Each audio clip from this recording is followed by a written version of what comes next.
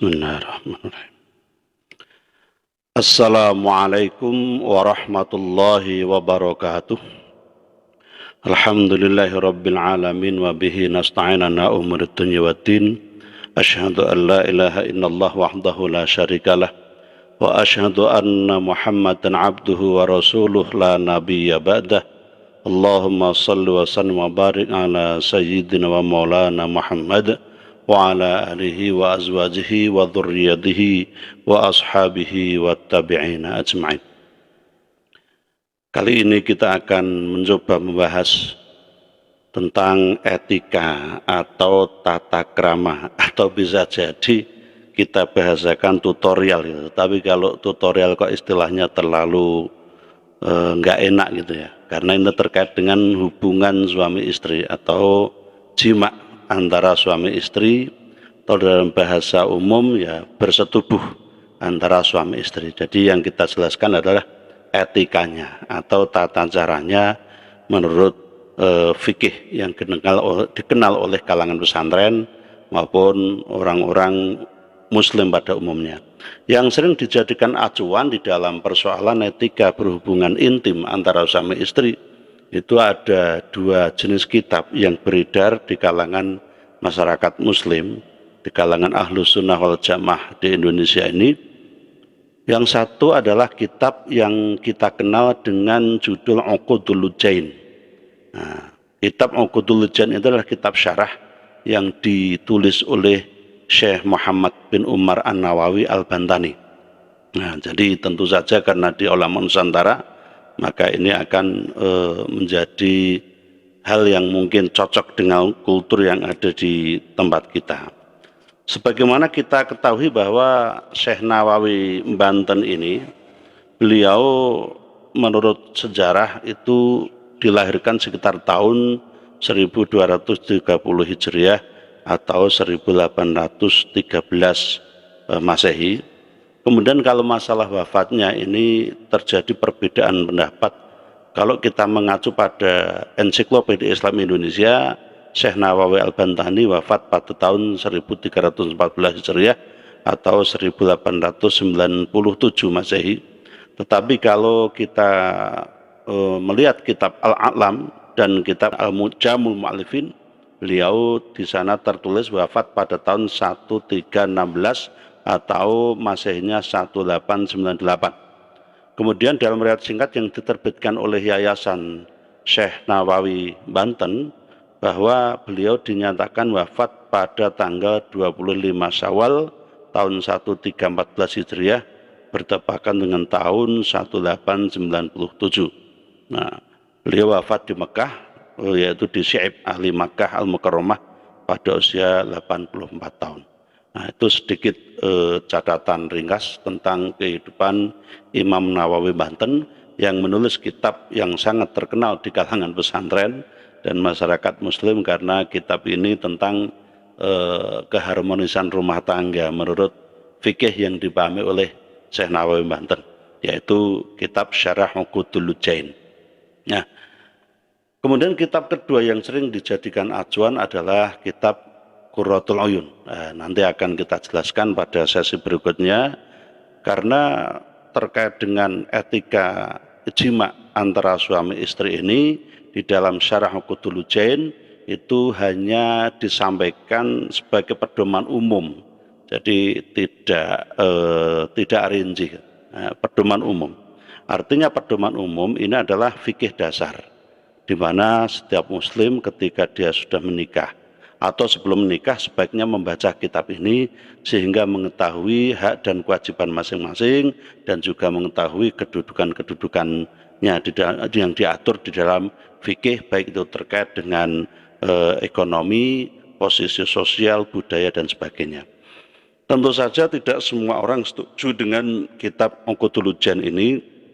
Terbukti kemudian kita mendapati kitab yang semacam mentarjih begitu, yang diterbitkan oleh Forum Kajian Kitab Kuning yang dipimpin oleh Ibu Sinta Nuriyah, dengan teman-temannya meneliti kitab Uqudul Lujain, kemudian mengkritisi beberapa hal yang dianggap kurang berpihak kepada kaum perempuan. Kitab itu diberi judul Ta'liq wa Takhrij ala Syarh Uqudul Jain fi baina huququz zaujain. Nah, kitab itu terbit sudah agak lama, tetapi oleh kalangan Muslim Indonesia kitab ini yang ditulis oleh Bu Sinta Nuriyah dan teman-temannya kurang mendapatkan sambutan positif, terutama dari kalangan ulama sepuh, karena dianggap terlalu berani mengkritisi pemikiran Syekh Nawawi Banten sebagai ulama yang dipandang pakar fikih tradisional, pakar fikih klasik gitu. Nah, buku itu terbit tahun 2005, diterjemahkan dengan judul Kembang Setaman Perkawinan. Nah, kembali pada etika jima, etika berhubungan intim suami istri yang ditulis oleh Syekh Nawawi. Nah, kita akan langsung saja pada inti yang disampaikan beliau. Nah, bahwa menurut Syekh Nawawi Banten, istri tidak boleh menolak ketika diajak oleh suami untuk berhubungan intim, untuk melakukan jima kapanpun. Bahkan mengutip salah satu hadis, walaupun sedang berada di punggung unta. Begitu. Nah, selama hal itu memang secara fikih diperbolehkan untuk melakukan hubungan intim. Nah, karena ada beberapa hal yang membuat hubungan intim menjadi haram. Pertama, ketika istri sedang haid, yang kedua sedang nifas, atau sebelum mandi setelah darahnya tuntas. Ini dalam mazhab Syafi'i memang diharamkan. Syekh Nawawi mendasarkan diri pada sebuah hadis, yang hadis ini perawinya disebutkan di dalam kitab Uqudul Jain itu, lau annam ra'atan ja'alat lailaha qiyaman wa naharon siyaman wa da'aha zawjuha ila firashihi wa ta'akharat anhu sa'atan wahidatan ja'at yaumal qiyamati tushabu bis salasili wal akhlali ma'asyayatini ila asfali safilin. Makna hadis itu bahwa seandainya seorang istri itu menjadikan seluruh waktu malamnya beribadah kepada Allah dan waktu siangnya semuanya untuk berpuasa, beribadah kepada Allah, sementara ketika suaminya itu mengajak dia untuk tidur bersama alias bersetubuh, kemudian si perempuan ini terlambat saja, walaupun cuma sebentar dalam memenuhi panggilan itu, maka kelak di hari akhirat, di hari kiamat, ia datang dalam keadaan terrantai dan terbelenggu, seperti dan dia dikumpulkan bersama setan di neraka yang paling bawah, asfala safilin. Dalam bahasa kita jalan aspal ya. Aspal itu hanya dibuat untuk jalan, untuk landasan semua kendaraan yang lewat, dia ditaruh di bawah dan diinjak-injak. Asfala safilin itu adalah dasar begitu. Nah, kemudian beliau menyampaikan, haram bagi suami menggali istri di hadapan orang lain, jelas. Jadi kalau orang yang bersetubuh di hadapan orang lain ini tidak diperbolehkan, hukumnya haram. Bahkan yang dimaksud orang lain itu termasuk keluarga, entah itu anak-anak, saudara atau apa, ini tetap diharamkan. Artinya ketika dia melakukan hubungan seks maka harus berdua saja, tidak boleh melibatkan orang lain, apalagi di syuting atau apa, itu jelas keharamannya ini ya. Kemudian di dalam kitab Uqudul Jain itu disampaikan oleh Syekh Nawawi Banten bahwa orang yang hendak bersetubuh maka dia disunahkan untuk membaca Bismillahirrahmanirrahim, kemudian dilanjutkan dengan membaca surat Al-Ikhlas. Ada bacaan yang diharamkan menurut Syekh Nawawi Banten ketika bersetubuh dengan istri, antara suami istri. Pertama adalah bacaan takbir, jadi Allahu Akbar, itu tidak boleh. Kayak orang demo nanti kan. Lalu membaca la ilaha illallah juga dimakruhkan.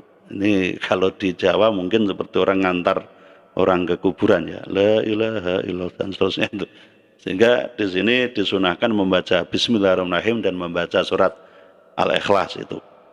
Nah, kemudian setelah itu disunahkan untuk membaca Bismillahirrahmanirrahim dengan nama Allah yang maha mulia, maha tinggi dan maha agung.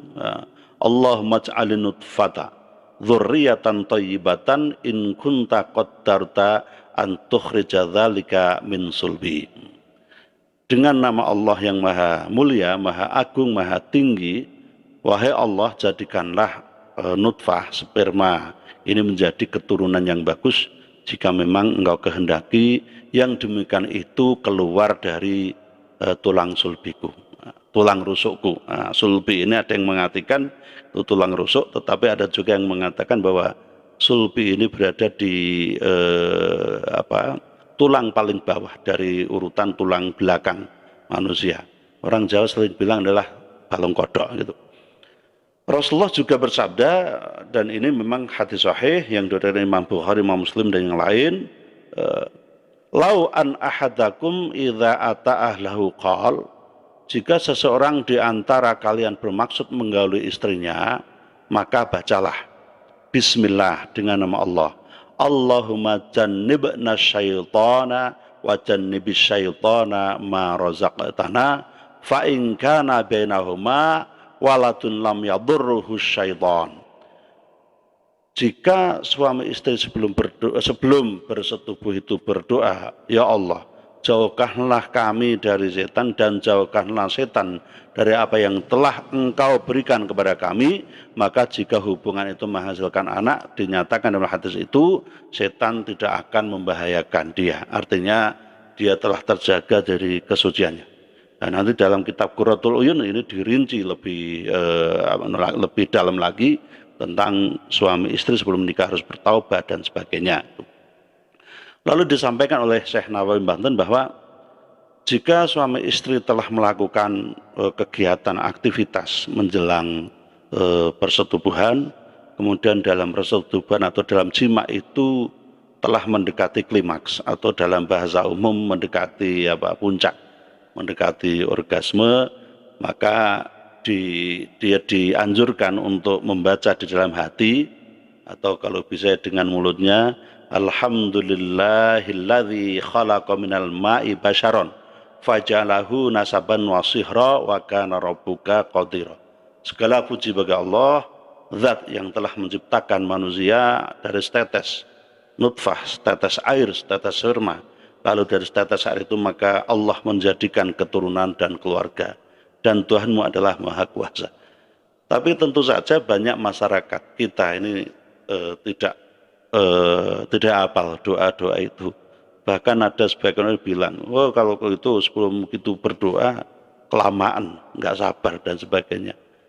Kalaupun hafal doanya pas gitu lupa juga, kebanyakan gitu. Nah, artinya memang diperlukan keheningan jiwa, diperlukan pikiran yang tenang ketika seseorang kan melakukan ritual jima ini, karena jima itu adalah bagian dari ibadah kepada Allah, baik itu ibadahnya suami memberikan nafkah batin kepada istri maupun ibadahnya istri untuk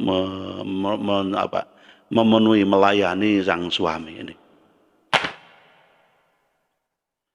Nah, kemudian oleh Syekh Nawawi Banten dikemukakan bahwa sewaktu persetubuhan terjadi diusahakan jangan sampai ini menghadap ke arah kiblat. Tujuannya adalah untuk memuliakan kiblat itu. Nah, artinya harus dipersiapkan betul, ranjangnya harus membujur kemana, ketika tidur menghadap kemana.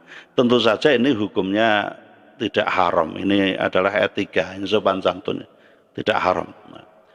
Juga oleh Imam Nawawi disampaikan bahwa dalam persetubuhan, dalam jima antara suami dan istri itu tidak diperbolehkan telanjang buat.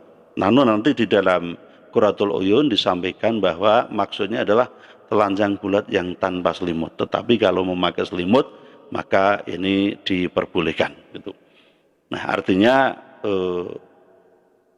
kalau kita lihat dari penjelasan tentang etika jima antara suami istri tadi, lalu juga ditambahkan oleh Imam Nawawi bahwa setelah membahas itu disampaikan seorang istri tidak boleh berpuasa sunnah kecuali puasa Arafah dan Asyura selama tidak mendapat izin dari suami. Ini pertama. Kemudian seorang istri juga tidak boleh keluar rumah kecuali mendapatkan izin dari suami, walaupun mungkin apa yang dilarang oleh suami itu berupa kezaliman dan sebagainya.